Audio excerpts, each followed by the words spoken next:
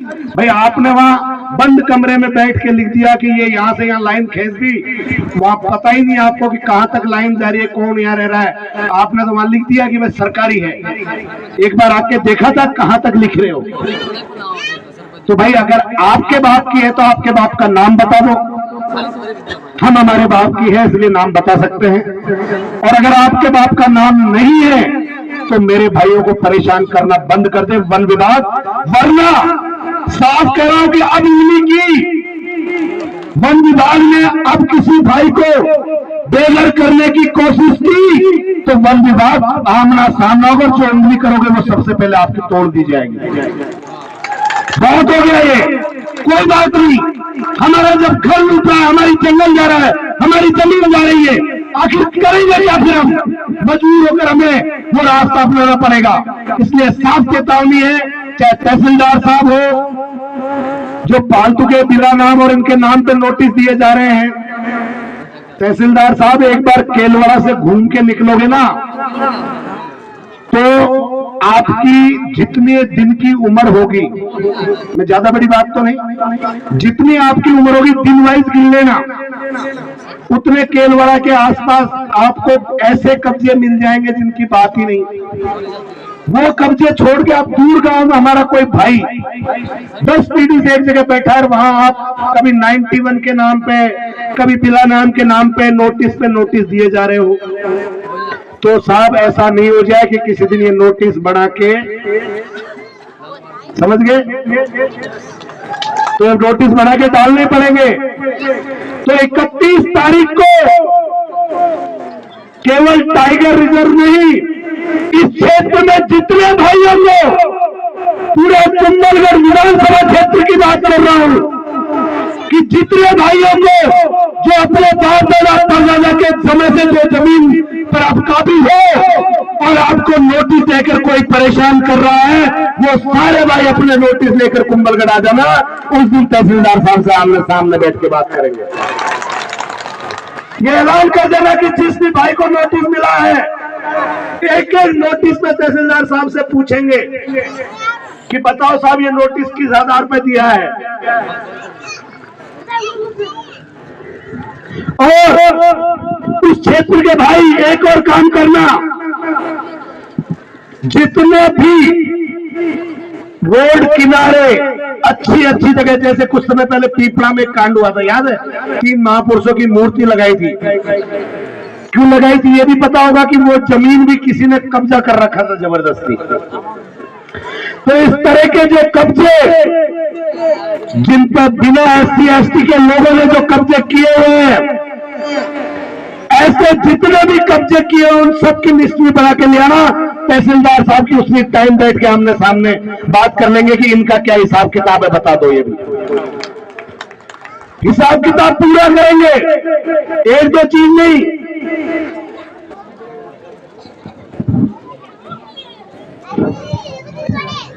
दूसरा, एक ये गांव केसर के वो इलाका भिलवाड़ा जाने का रास्ते की बहुत बड़ी समस्या है। आम रास्ता जहां से पीढ़ियों से हमारे लोग जा रहे थे,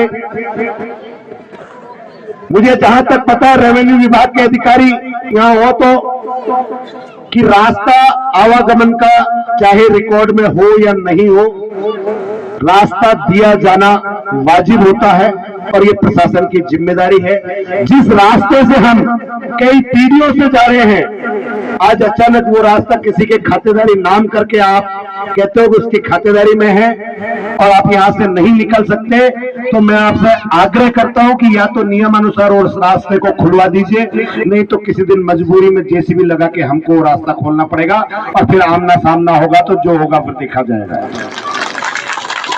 अब हम इन चीजों से डरने वाले नहीं हैं। एक हमारे किले की परिधि में यहाँ के प्रशासन ने, जो हमारे भाई वहां पर बसे हुए हैं बहुत सालों से, वो अपने मकान की छत को भी पक्का नहीं करवा सकते। वो आज भी कच्चे केलू में रहने के लिए मजबूर किया हुआ है। एक सीमेंट का कट्टा ले जाने के लिए वहां अलाउ नहीं करते। वो बेचारे बारिश के मौसम में उनकी छत टपकती रहती है और यहाँ पर जो विशेष क्षेत्र है जहां निर्माण नहीं हो सकता, यहाँ का प्रशासन वहां उनसे पैसे खा खाकर 10 मंजिला होटल बनवा सकता है, लेकिन बेशर्म प्रशासन एक हमारे गरीब आदिवासी भाई को जो छत बनाने के लिए 4 कट्टे सीमेंट नहीं ले जाने देता है, उनको भी मैं चेतावनी देता हूं कि हमारे लोगों को उनके रहने लायक मकान बनाने की अनुमति दी जाए। और अगर आपने इसमें, आप कहते हैं धरोहर है, किले के बीच में धरोहर है, राष्ट्रीय धरोहर है, विश्व की धरोहर है उसकी, तो भाई एक काम करो, विश्व धरोहर जैसलमेर का किला है, वो भी विश्व की धरोहर है, विश्व में फेमस है, पूरा विश्व के लोग वहां घूमने आते हैं, उसको भी खाली करवाओ ना। उसमें जो हजारों लोग बसे हुए हैं उनको भी खाली करवाओ। बल्कि जैसलमेर किले के अंदर जो लोग बसे हुए हैं उनके घरों को सरकार ने पक्का बनाया और एक जैसा लुक दिया ताकि हेरिटेज लुक हो। तो हम तो कहते हैं भाई कि कुंभलगढ़ किले के अंदर जो हमारे भाई बसे हुए हैं उनके घरों को भी तुम किले की तरह बना दो, हमको कोई दिक्कत नहीं, बनाओ। हमने कब मना किया? किले की तरह बना के दो हमको एक एक महल, छोटा ही सही। जब तुम जैसलमेर में बना सकते हो, चित्तौड़ में बना रखा है, आधे लोग चित्तौड़ में बसे हुए हैं, यहां हमारे बस आदिवासी भाई बसे, उनको तुम्हें बेघर करना है ताकि इन होटल वालों से तुम अपना धंधा चला सको।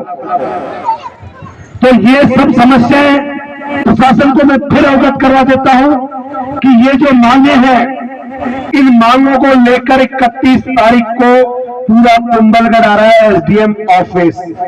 कृपया हमारे स्वागत के लिए बैठने के लिए जगह का इंतजाम कर लीजिएगा। आपको पता है हमको स्वागत के लिए आप फोर्स को बढ़िया बुला के रखोगे, डंडे वाले भी रखोगे, बंदूक वाले भी रखोगे। अरे भाई लेकिन इतने सारे लोग आएंगे, शांति से बात कर लें, तो बैठक की व्यवस्था कर लेना, आराम से बैठ के बात कर लेंगे, हमको कोई दिक्कत नहीं, बैठ के बात करेंगे। जो भी बात होगी जाजम पर होगी। आप अपने अधिकारियों को सूचित कर देना कि एक लेवल के अधिकारी की वार्ता अगर फेल हुई तो दोबारा उस लेवल के अधिकारी से वार्ता नहीं होगी। ये मैं 20 दिन पहले बता रहा हूं। अगर नहीं तो गूगल खोल लेना, नहीं तो मारवाड़ बेल्ट में जितने अधिकारी पिछले 5 से 7 साल 10 साल में पोस्टेड रहे हैं, चाहे प्रशासन में हो चाहे पुलिस में, उनसे पूछ लेना कि भैया लेवल 1 के बाद लेवल 2 कैसे होता है। एक लेवल पर जो अधिकारी वार्ता करने आया, अगर उससे बात सफल हुई तो ठीक ठीक, वरना अगली बार उससे ऊपर का अधिकारी आए, चाहे फिर यहां से बुलाओ, राजसमंद से बुलाओ, जयपुर से बुलाओ, दिल्ली से बुलाओ, अरे मोदी जी को बुलाओ, मैं मतलब नहीं। एक बार में एक ही लेवल पर बात होगी। तो ये सारी बातों को लेकर 31 अगस्त को हम कुंभलगढ़ घेराव का आज ऐलान करते हैं। वार त्योहार जो भी है उस दिन आप भूल जाइएगा, मुझे नहीं पता कोई वार त्योहार, मैंने तो आपसे पूछा, आपने कहा तो 20 दिन का समय कम नहीं होता तैयारियों के लिए। आज के बाद 20 दिन हमें हर घर में एक ही बात होनी चाहिए कि कुंभलगढ़ कौन कौन चल रहा है। और मेरी माता बहनों से भी कह रहा हूं कि ऐसे खाली हाथ नहीं आना है, खाली हाथ नहीं आना है। क्या क्या लेके आओगे?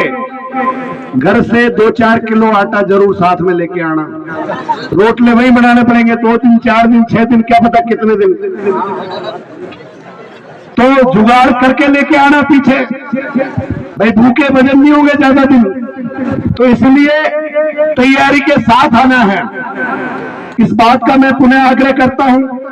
और एक विशेष बात कि हमारे इस क्षेत्र में पिछले कई दिनों में कई ऐसे मामले हुए जिनमें SC/ST एक्ट के तहत प्रकरण दर्ज हुए हैं, लेकिन अभी तक उनकी कार्रवाई के बारे में कुछ विशेष प्रगति हमें नजर नहीं आई। मैं पुलिस प्रशासन के माध्यम से माननीय डिप्टी साहब से आग्रह करता हूं, बहुत अच्छे व्यक्तित्व वाले धनी हैं, लॉ एंड ऑर्डर में विश्वास करते हैं। मैं उनसे आग्रह करता हूं कि आप कम से कम अपने विभाग में जितनी पेंडेंसी है उसको 31 अगस्त से पहले निपटा लो तो अच्छा रहेगा, ताकि उस दिन आप लॉ एंड ऑर्डर मेंटेन कर सको, वरना फाइलें खंगालते रहोगे। तो जितने सीधा सीधा कहने का मतलब है जितने SC/ST एक्ट के मामले पेंडिंग हैं, उन पर भी उस दिन प्रशासन अपना जवाब तैयार रखे। वो भी सारी फाइलें आपकी वहीं खोलेंगे जनता के बीच में बैठकर। अब भाई, आप जनता के सेवक हो, जनता के बीच में बैठने में आपको शर्म भी नहीं आनी चाहिए। हम आपको इज्जत के सम्मान के साथ जाजम पे बिठाएंगे, लेकिन आपको जवाब लेकर आने होंगे। हम विभागीय तौर पर हमारे स्तर की तैयारी हम करके रखेंगे, लेकिन आप अपने स्तर की तैयारी, पुरानी फाइलें खंगाल लेना। और पिछले 5 साल में मैं आके SDM साहब से आग्रह करता हूं कि पिछले 5 साल में कुंभलगढ़ में आदिवासियों की जमीन बेनामी खरीदी गई और उस बेनामी जमीन को कन्वर्ट करवाकर फिर किसी दूसरे के नाम पर ट्रांसफर करवाया गया। इसमें करीब 5,000 करोड़ का घोटाला हुआ है, करीब 5,000 करोड़ का घोटाला। तो भाई मोदी जी, आपकी ED और CBI कहां है? 5,000 करोड़ का घोटाला यहाँ कुंभलगढ़ में हुआ है।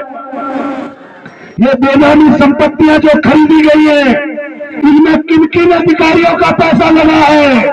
क्योंकि मुझे जानकारी में आया है कि कुंभलगढ़ में जितने भी पहले पुलिस में रह के गए या रेवेन्यू में रह के गए या यहाँ पर कुंभलगढ़ छोड़ो, जितने रह गए 90% कुंभलगढ़ में जमीन पिछले 5 सालों में खरीदी है। तो जितनी पिछले 5 सालों में खरीदी गई है और उनका कन्वर्जन बेनामी नाम पर हुआ है, किसी और के नाम पर कन्वर्जन करवाकर आज बनाई गई है, ये जितनी भी अवैध संपत्ति है, इनकी भी फाइल SDM साहब खंगाल के रख लेना, क्योंकि हम इस पर बड़ा एक्शन लेने वाले हैं। कहीं ऐसा नहीं हो कि हम आपसे पूछे और फिर आपको पता ही नहीं चले कि ये फाइल कहां गई। तो ये तैयारी पहले से कर लेना, क्योंकि इन बेनामी संपत्तियों पर भी बड़ा एक्शन हम करने वाले हैं। तो इन सब मांगों पर आप सहमत हो कि नहीं हो? सब सहमत है? तो 31 अगस्त को भैया इतने से काम चलने वाला नहीं है। ये जितने यहाँ हैं, इतने से काम चलने वाला नहीं है भाई। ज्यादा नहीं, मैं 8,843 लोग वो जिन्होंने मुझे वोट दिया, वो सब 18 से ऊपर के थे, सब 18 से ऊपर के थे। तो 8,843 वो लोग तो मुझे गिनती करूंगा, बूथ वाइज लिस्ट है। पहले तो वो चाहिए, उसके बाद पिछले और 6 महीने में जो 18 के हो गए उनके घर में से वो भी चाहिए। और कुछ लोग जो चुनाव में किसी वजह से साथ में नहीं थे, अब वो जुड़े